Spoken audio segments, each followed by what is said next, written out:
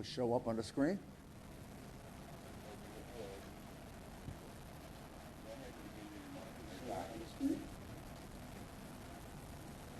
Ready? Mariam Rajavi, distinguished participants, and all of us who are gathered. Rajavi, distinguished participants, and all of us who are gathered here in order to move forward with a free, democratic, and peaceful Iran. In order to move forward with a free, democratic, and peaceful Iran. I'm joined, as you can see, by your great representative, advocate, friend, Bob Torricelli, and your equally staunch supporter, Senator Joe Lieberman, two great American leaders and two people who are very, very staunch defenders and advocates of a free, democratic, and peaceful Iran. It's an honor to be with them, and it's an honor to be with you. And it's very exciting to be part of the largest virtual gathering in the world, connecting people on Zoom. I can't imagine it. From 102 countries, almost 30,000 different locations. The event, most importantly, is broadcast live in Iran to the people in Iran who are living under terror, tyranny, oppression. And let's say to them that this gathering is for them. This is to let them know that their fight for freedom is supported around the world, that there are freedom lovers, both Iranian and of all nationalities, that support you at the highest levels of their governments. The people of Iran, through their protests, starting in November of 2019 and almost continuously every week, every day, have demonstrated the great desire they have for freedom. And they've demonstrated in a way in which they've put their lives on the line. That is a very, very powerful demonstration of just how strong the desire for freedom is in Iran. In the very early days of those protests, over 1,500 people were killed by the murderous regime of terror. And the people of Iran have made it clear to the whole world that if they could have their way, and they're going to have it, they would want a free Iran, a democratic Iran, a peaceful Iran, an Iran ruled by law, an Iran where people can practice their religion, and an Iran in which women are treated the same as men. Those are precisely the goals of the National Council of Iranian Resistance, precisely the goals of MEK, and they are the goals enunciated by Mariam Rajavi in her very, very brilliant and universal 10 principles, which are completely consistent with the highest values of the United States and similar governments. Two slogans during the protest, I think, are vital to show how the people of Iran feel, because you can see these signs consistent through many of the 300 or so protests or more that have taken place. And it says, reformists, hardliners, the game is over. And then there's one that says, down with the dictator. Now, it's one thing for me to say that and to hold that sign here in America or in the United Kingdom or in France or Germany or wherever else you are. It is another thing to hold that sign in Tehran. That's a mark of death. It is very likely or very possible that you're going to be singled out to be one of those people who is shot down on the street if you oppose the regime. It is surely likely you're going to be murdered if you support the MEK or any similar movement. There's just no question about that. And despite that, and despite the 1,500 murders right at the beginning that continue to this day, the protests are not slowing. The protests are not lessening. They're becoming greater and greater and greater. As stated in the letter that was signed by the 31 U.S. dignitaries to set forth our belief, we say as a group, there is a beacon of hope in this dark landscape. The one organization that has done more than any other, including governments, to free Iranian citizens from tyranny and the world from fundamentalist-inspired terrorism is the National Council of Resistance of Iran, NCRI. The NCRI strives relentlessly to ensure that hope for democracy and an end to injustice and tyranny remains alive in Iran. Additionally, with continual media outreach, publications, and meetings, it sustains international attention on the ongoing assault against humanity, and may I add, by the regime of terror. The NCRI is under the leadership of Maryam Rajavi, a woman who has the respect of all of us. She's been a hero, and she is a dedicated leader with tremendous understanding of the plight of the Iranians and what's needed to bring Iran to a democratic alternative for the regime. I outlined before her clear program of principles about freedom of religion and, of course, gender equality. The mere fact that she's a woman leading a group like this is revolutionary. Can you imagine?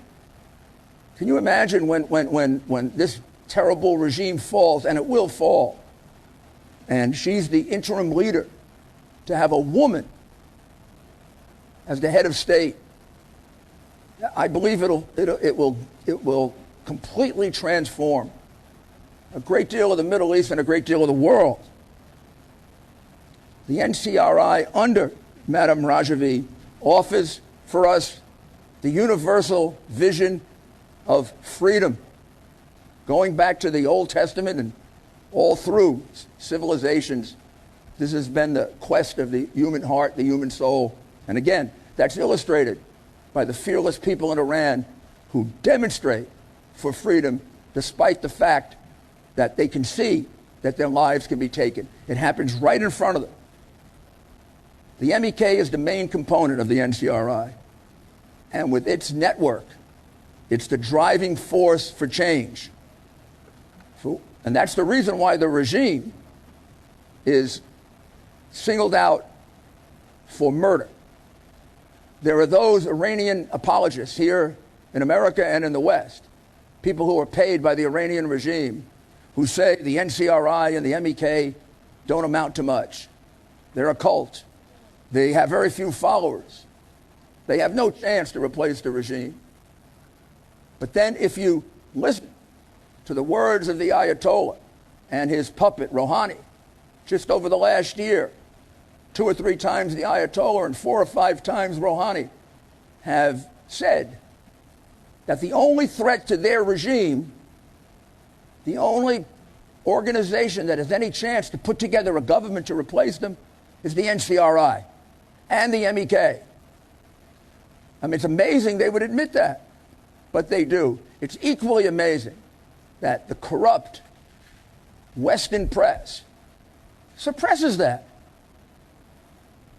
I can only attribute that to the power of the lobbying organizations for Iran who have sold their souls to the regime of terror.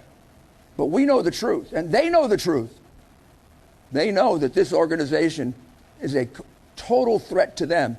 And when they see today this gathering of people taking advantage of Zoom and the new modern methods of communication, they and our ability to broadcast all throughout Iran, despite their best efforts to block us, they realize they have a formidable foe.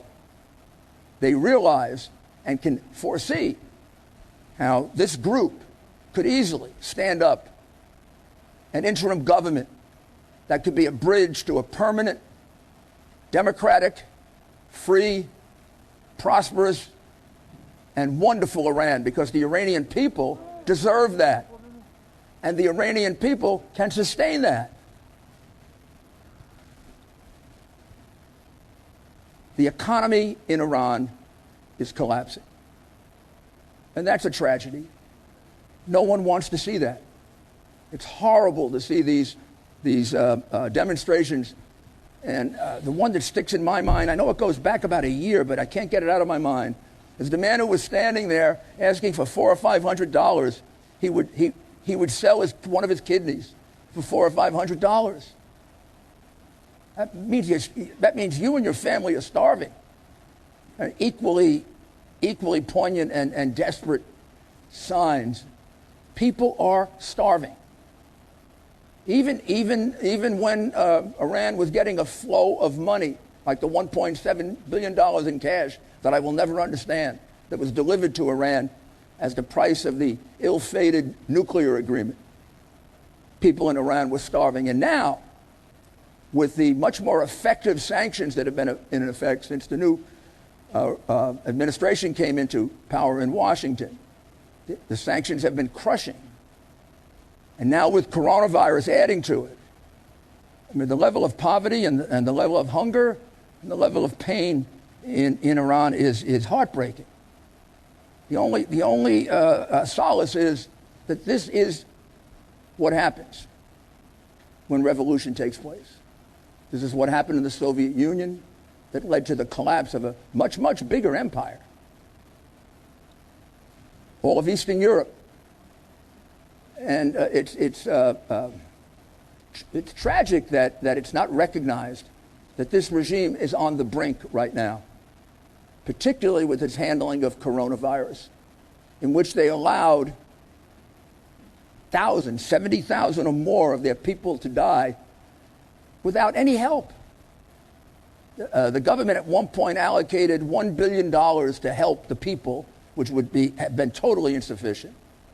And only 30% of it has been distributed.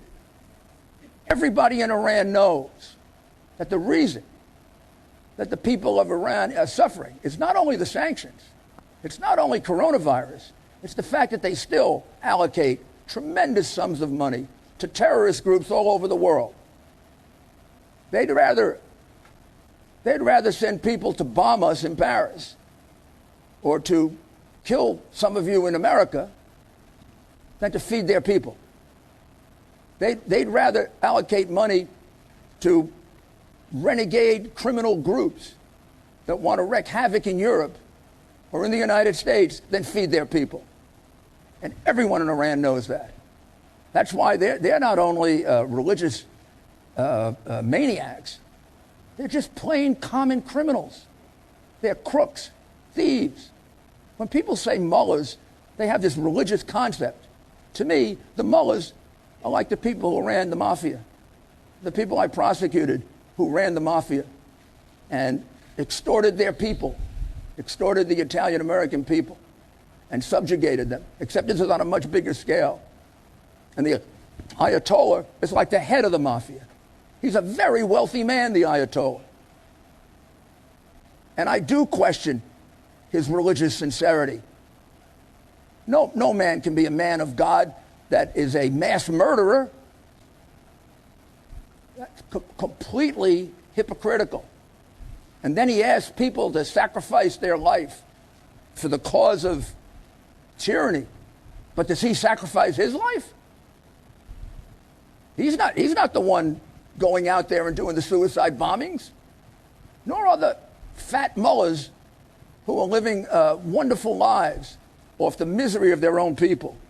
This has to be recognized, and it's only going to be recognized with the advocacy of a group like the NCRI and MEK. They're the group that is the most courageous and the most honest about what's going on in Iran. Experience has shown that dictatorship doesn't change on its own. The old saying, a leopard doesn't change its spots, is quite true, particularly a dictator. And despite all of the concessions provided under the JCPOA, the Iranian regime didn't change one bit. In fact, it got worse.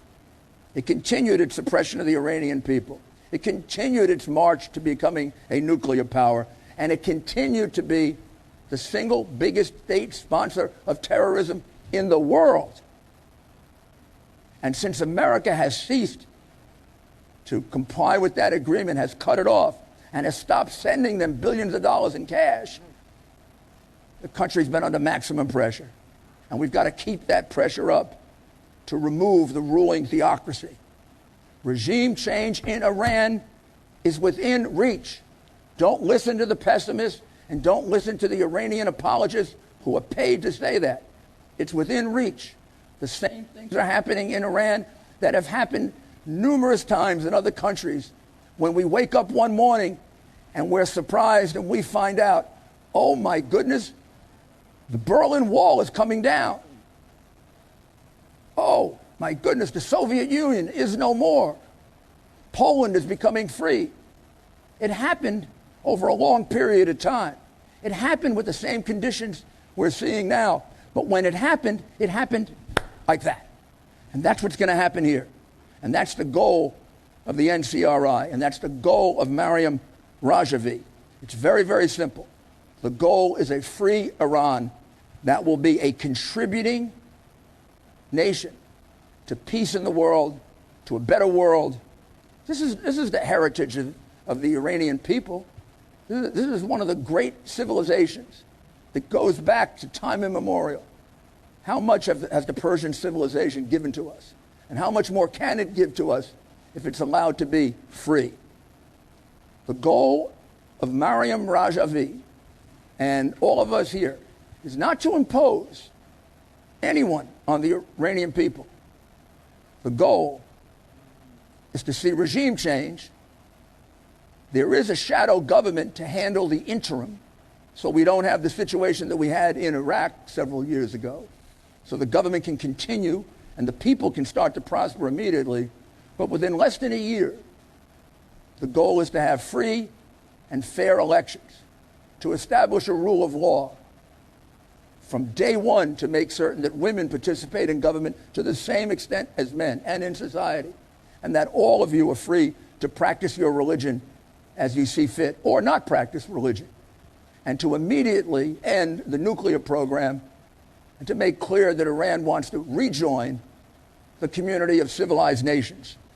That'll be interim. And then the Iranian people will decide who do they want, what kind of constitution they want. That's the goal of this organization and the millions of people that support it and the people that are watching today.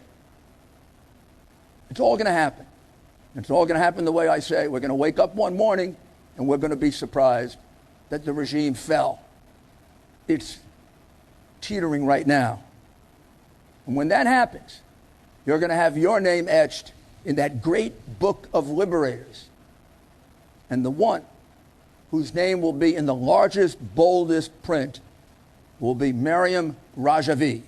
Stand with Maryam Rajavi. Stand with Maryam Rajavi. Stand with Maryam Rajavi. Thank you.